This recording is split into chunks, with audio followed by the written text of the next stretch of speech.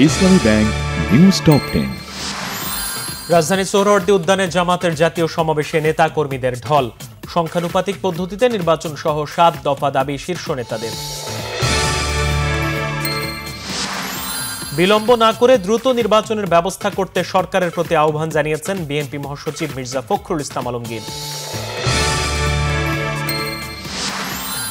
ফেব্রুয়ারির মধ্যে নির্বাচন দিয়ে বাংলাদেশের মালিকানা জনগণের হাতে ফিরিয়ে দিলে দেশে গণতান্ত্রিক সংস্কৃতি ফিরে আসবে, মন্তব্য আমির খসরু মাহমুদ চৌধুরীর।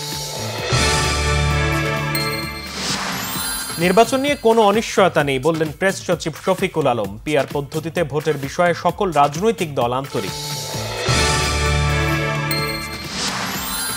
বাংলাদেশের সাংস্কৃতিক ও ধর্মীয় বাস্তবতাকে পুরোপুরি সম্মান করে কাজ করার শর্তে জাতিসংঘের মানবাধিকার বিষয়ক হাই কমিশনারের কার্যালয়ের সাথে 3 বছরের সমঝোতা স্মারক স্বাক্ষর করেছে সরকার।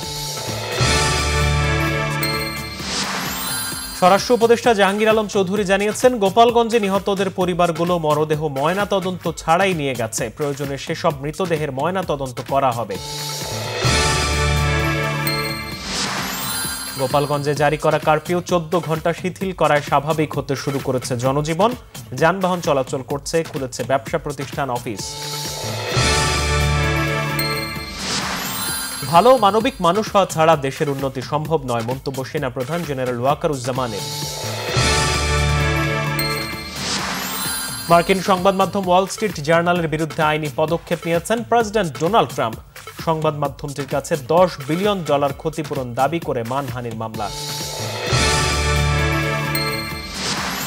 গ্লোবাল সুপার টি20 জিএসএল এর শিরোপা ধরে রাখতে পারল না রংপুর রাইডার্স। নতুন চ্যাম্পিয়ন গায়ানা আমাজন ওয়ারিয়র্স।